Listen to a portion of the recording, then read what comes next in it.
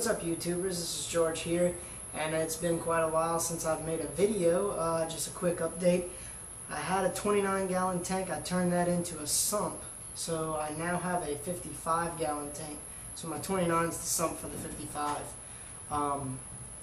It's been a while, so I've had my battles with the hobby. I recently had a lot of algae outbreaks, and I was watching a lot of LA Fish Guy, and it come to the conclusion that because of the age of my sand, it had a lot of built up nitrates and phosphates in it. So I was in the process, and I still am in the process of removing everything from my tank, and I'm just kind of starting from scratch, but I'm going to clean everything. So come along, and I'm going to show you what I got so far, and we'll just go step by step from here. Right here I took out all of my rocks that were in my tank, and I actually set it up a little different. So this isn't how it looked in my tank before. This is a different configuration of rocks, but so that's what I got so far. I actually soaked these rocks for a long time. I guess I say a long time. I guess it was about 2 weeks in some fresh clean water to get rid of all the bacterias and algae, and I actually let it sit out in the sun and dry out, so they're good and light. Some of these rocks are live rocks and some of them are homemade, but I've been playing with it out here on my picnic table, and I kind of like the way they're set up right now. So I think I'm just going to take a bunch of pictures and try to do this in my tank. Some of these rocks, like this rock right here, that was something I bought at my local fish store. But the rock underneath it, that was homemade. And I've got a little tunnel right there. That was all homemade. So I have a mix of homemade rock and live rock. But if you follow me, we're going to take you to the shed so you can see what kind of a RO system I've got. I purchased a 6-stage filter from Bulk Reef Systems Supply. And there it is right there. That's it. And yes, my filters do need to be changed badly, but they're still working. But basically my water comes in. I ran a pipe from the house, comes in and goes through there, and it goes through all the filters and through the RO membrane, and then through the DI resin, which is in desperate need of changing.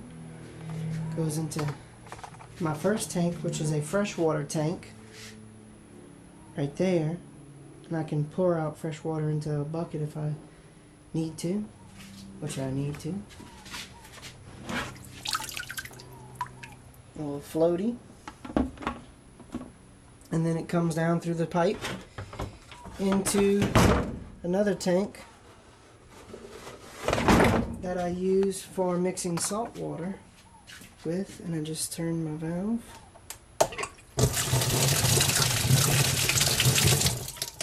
And that's what I mix my salt water with. I made that homemade sight glass so I can see how many gallons I'm dumping into my tank. I also have a little floater in there that tells me my salinity.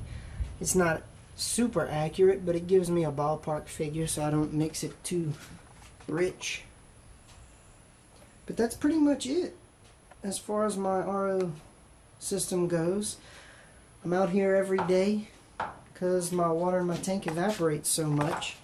So I get to come in the hot shed and get a gallon or two of water every day, which if I had a top-off system it would be great, but the shed is kind of a distance from the house, so to run plumbing and all of that to my tank would be quite an undertaking.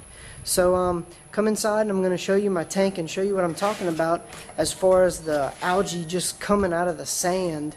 There's my tank, and as you can see I've got a lot of algae coming up on the sand. The algae always builds up on the glass, but we clean that. That's easy.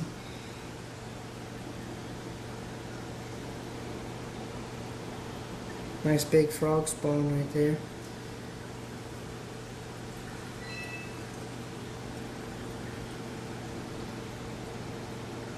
But you can definitely see the algae problems in the tank, and I think it has a lot to do with that sand just holding on to all of those phosphates. I've tested my water parameters and everything seems to zero out, but something's going on up on top of the canopy. Cooling fans. Overflow, homemade overflow.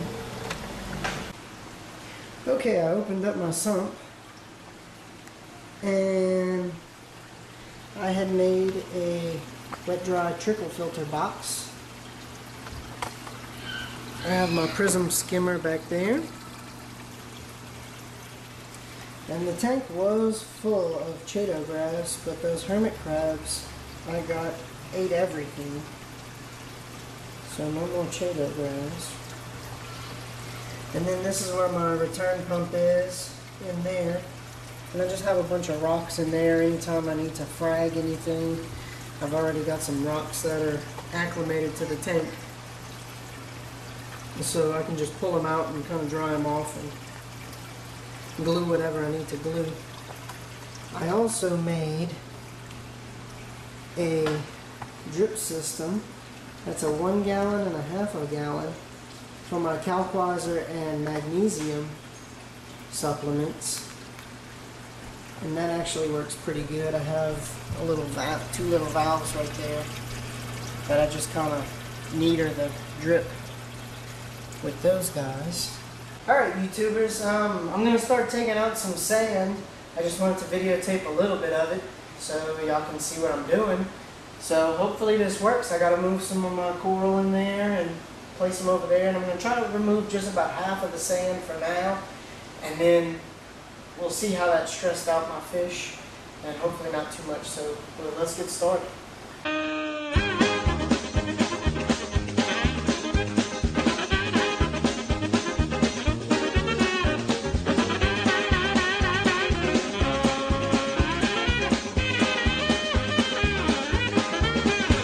If anybody has any comments or suggestions on better ways to do this, please let me know.